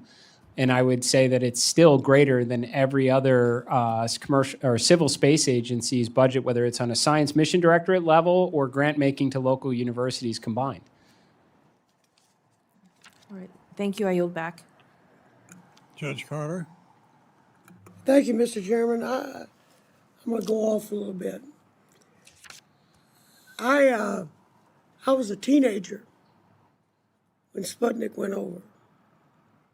Probably an early teenager. All the neighbors in the neighborhood came to our backyard because we had a vacant lot behind us so we could get a better view of where this thing was going to come across. So I had about 30 or 40 people in my backyard, kids, adults, all watching the Sputnik go across. Now, remember, we were in the middle of the Cold War at that time. We've been living with the Cold War. We fought the Korean War. We had an enemy we worried about. And what was sad, some of the World War II veterans were afraid that this was going to be another World War III. And some of those guys cried. I hope my child doesn't have to go do that. It was the sad part for the adults in many ways. For the kids, it was great. When are we going to do that? Look at that. That's really cool. And all it did was go beep, beep, beep, beep. People wondered, do they have weapons on that thing? Are they going to attack us? This is the way people were thinking about it. Fear drove our first space race. There's no doubt about it. People were worried. Our president took the position that it was a new area we can have a frontier to make it work, and we did it. But I just wanted people to talk about how do we get people together. People will get together if you quit attacking each other. And that's my comment about this whole thing. I think you've got great ideas, utilizing great things that are current to us now, which we didn't have before in the private industry, and yet maintaining NASA's long-range mission as a governmental issue. I think it's a good plan. But at the time of the first one we didn't know if we'd ever get anything in space. So we've come a long way from when that first little beep, beep, beep went across, and all the kids thought it was great, and all the parents were scared. I just want to bring that up. I'm old enough to remember that, and it was a big deal in my life. So I wanted to share that with my colleagues. You unite together, and we all united together. There was no parties screaming at each other. We got together, and we made it work. If we do that this time, the Chinese don't have a chance. Yes, sir. That's my comment. Thank you. The gentleman yield. Yes. But Sputnik What? shocked the world Sure. because no one expected Russia, a backward nation, to have that kind of expertise. I was working at a radio station in Franklin, North Carolina. I quit my job, made my way back to Kentucky, and enrolled in physics at the University of Kentucky. Motivated by the experience that I expected to take place in my life, which it did. So I enrolled in physics, but they wanted me to study math. I wanted to shoot rockets. Me neither. Anyway. Mr. Chairman, do you mind if I make a comment on that one? Because I see this, I'm a student of history, I've studied that time period quite a bit. And just say again, we are absolutely in another space race right now. We have a lot of distractions that go in our lives, but I take this responsibility very, very seriously right now. For the whole world to pause and take notice as American astronauts and one Canadian Space Agency astronaut in Artemis II went around the world. If you want to talk about a Sputnik moment, sir, when people pause to see Chinese astronauts step foot off that lander on the moon, they are going to take notice. And I will tell you, up until a few months ago, the odds were in their favor for it to happen before America returns. We have a far more achievable plan now because we're standardizing, we're concentrating our resources back on the objective. For a long time now, we looked in every direction other than where we were supposed to be going because we did not have a competitor. And we absolutely have one now, and they're very good, and they have no baggage, sir. None whatsoever. They're just like we were in the 60s. They're starting with a very clear objective, and they're moving very, very quickly. We have a path to do this right now, but it is going to be extremely close. And I can't emphasize that enough, because I think the people have been waiting a very long time for this moment. We have an opportunity, the mandate and the resources to do it. But any distractions, anything that gets us off track right now, and that risk is real, and I think the shockwave will be felt around the world if we come up short. Thank you. Our chore in this environment, our chore is oversight and budgeteering. But we're also your big cheerleader, Thank you, sir. and we want you to succeed. And I think that's bipartisan. Yes, sir. Mr. Ivey? Thank you, Mr. Chairman, and thank you, Administrator, for sticking around for a second round. I did want to follow up on, with respect to the personnel aspect. The human capital, I think, is probably the greatest asset that NASA has and will continue to be able to work from. At the NASA Force concept, and I think it's a great idea, 2-year term. And apparently there was so much interest that, I guess you only gave them 4 days to apply, and it overwhelmed the site. Is that correct? I owe you updates on that, sir, but I understand there was a lot of interest, which is exactly what we wanted. That's exactly what we wanted. Now, I did want to ask you this, the 2-year piece, and this is sort of similar to the question about the internships, and you're only taking 1%, because I think we're going to need the talent pipeline to be open. You can't take everybody, and obviously it's going to be an elite and selective opportunity, but are you going to be able to hire these folks long term? You get somebody there for 2 years and they're doing great work. Will they be able to stay for a longer term? And the other question I had was the salaries issue. If they're coming from the private sector, and some of them be coming straight from the university system. I don't know, but is there going to be some kind of comparability with respect to the salaries that they're going to get in the private sector? Yeah, so thank you for the question. I asked the same. Honestly, I asked the same question about, great that we're taking the top 1%. That's awesome, because that's a lot of applications from interns coming in. Could we take 2%? And my understanding is the limiting factor there is actually having the mentors, the experienced talent that can make time available to help grow them. And that's where the NASA Force program comes in. NASA is not the only game in town, and we certainly acknowledge the amazing contributions that are coming from industry. And you have some of the best that are coming from comms and reusable rockets and ECLA systems from industry. Heck, the nuclear power industry, working on microreactors. And they want to serve their country. They want to come in and make a difference and help grow some of our talent and then go back to industry. And I don't think they're economically motivated, sir, at least not from my conversations. They want to come help make a difference. Now, I did check on this point. We do have the ability to convert them to full-time if need be. We also have the flexibility of 1, 2, and I believe up to 3-year appointments are available in this. So we have flexibility to bring them in, help grow the talent, and we can convert them over to full-time. I do think in terms of economics, if it really comes down to it, this leverages, and any hiring authority goes back to the inception of NASA. I think it allows us to essentially pay up to the same levels as the president, though I think we rarely exercise that. Fair enough. And then one other question, if I might, Mr. Chairman. This goes to the continuity at Goddard in particular. A lot of the people who were there over the past 2 years have been really been sort of battered by some of the things that have been going on with respect to cuts that have been made by this administration and the previous administration to the federal government employees overall.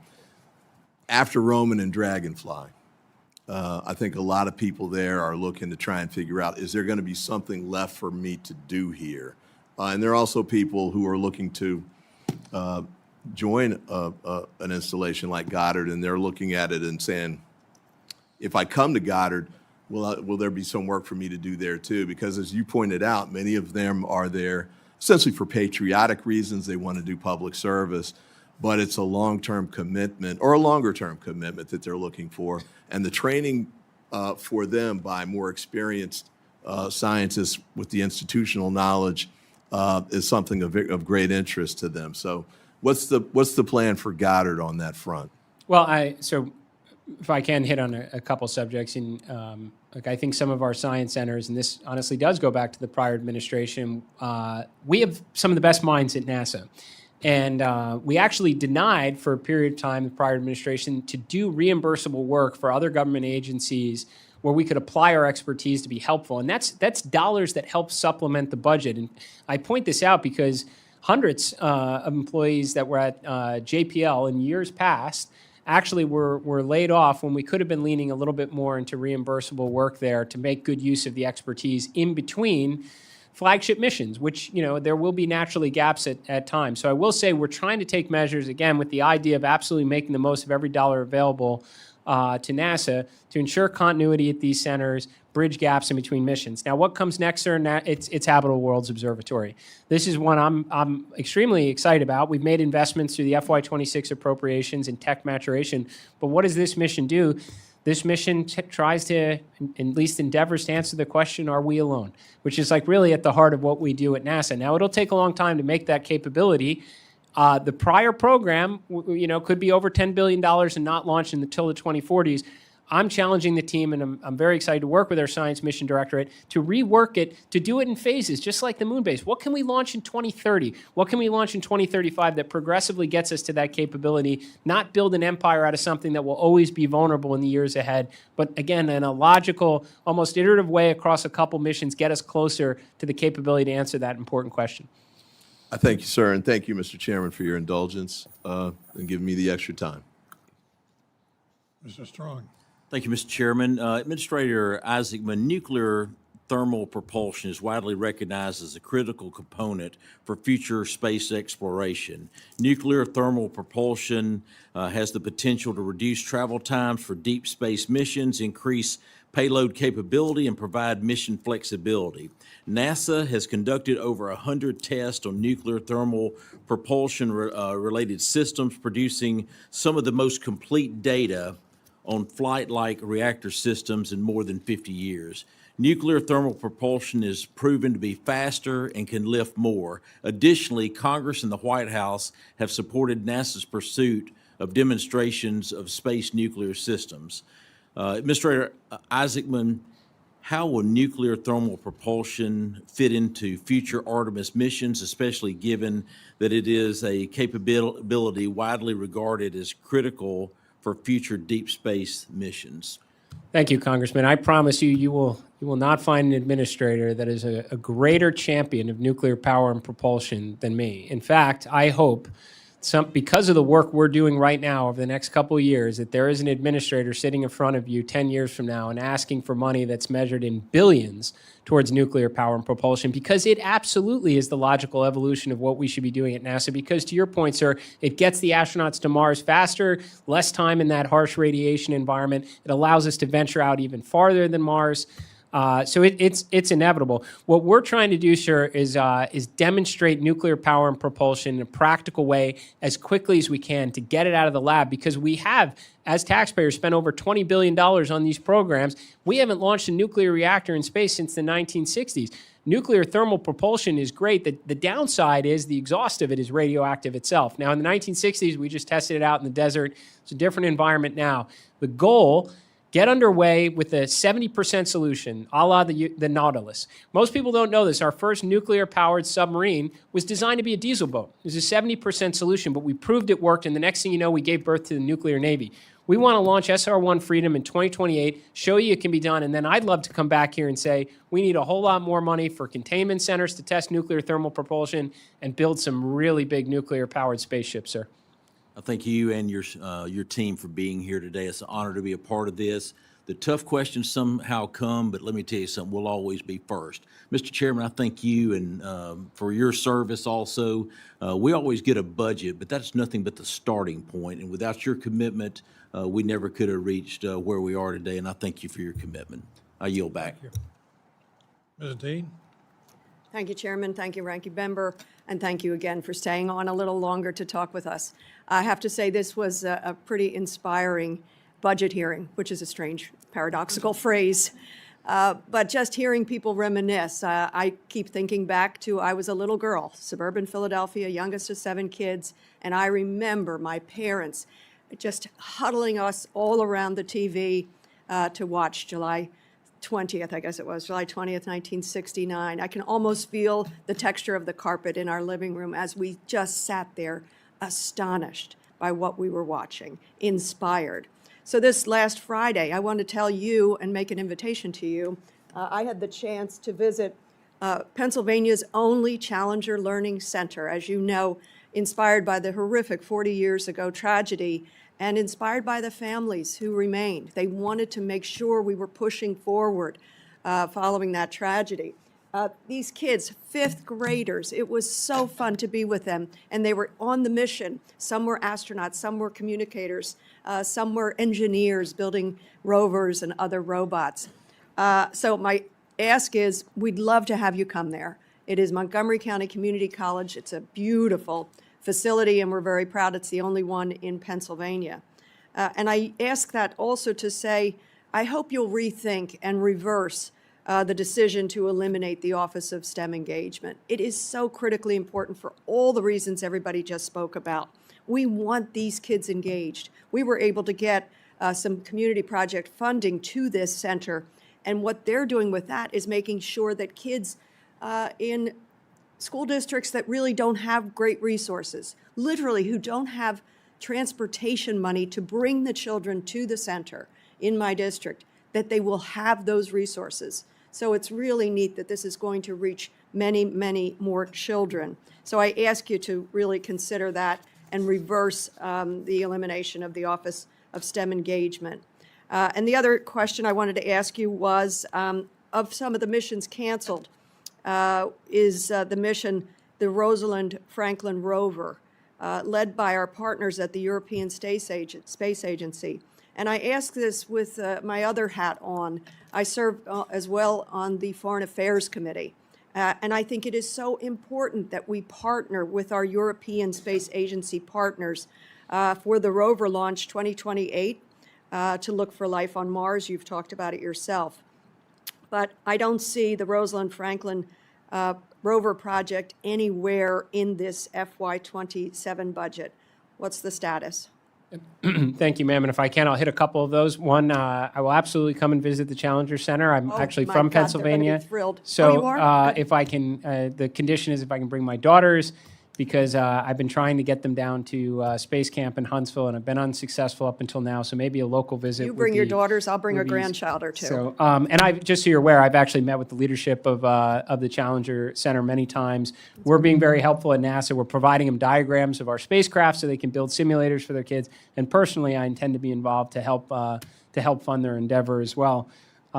Because I believe in it. There's no question. I also want to clarify, we haven't closed anything with our STEM office, and we haven't terminated any science missions. This is a part of our budget proposal request.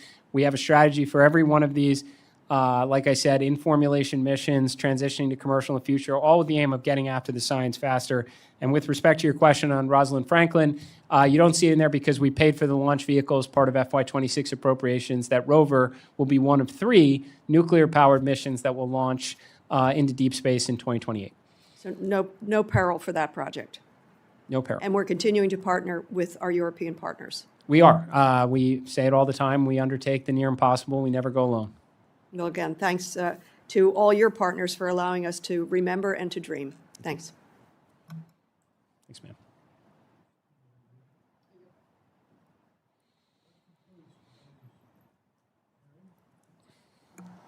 I want to thank the administrator for all the information that you've shared with us. But more importantly, I think, is the enthusiasm that you have for this mission. And that's worth its weight in gold. Thank you for being here today. Thank you for the work you're doing. Stay in touch with this committee, and we'll be helpful as best we can. So thank you, sir, for being here. Thank you, Mr. Chairman. Thank you, Ranking Member. Appreciate it. Without objection, members may have 7 days to submit additional questions for the record. Subcommittee stands adjourned.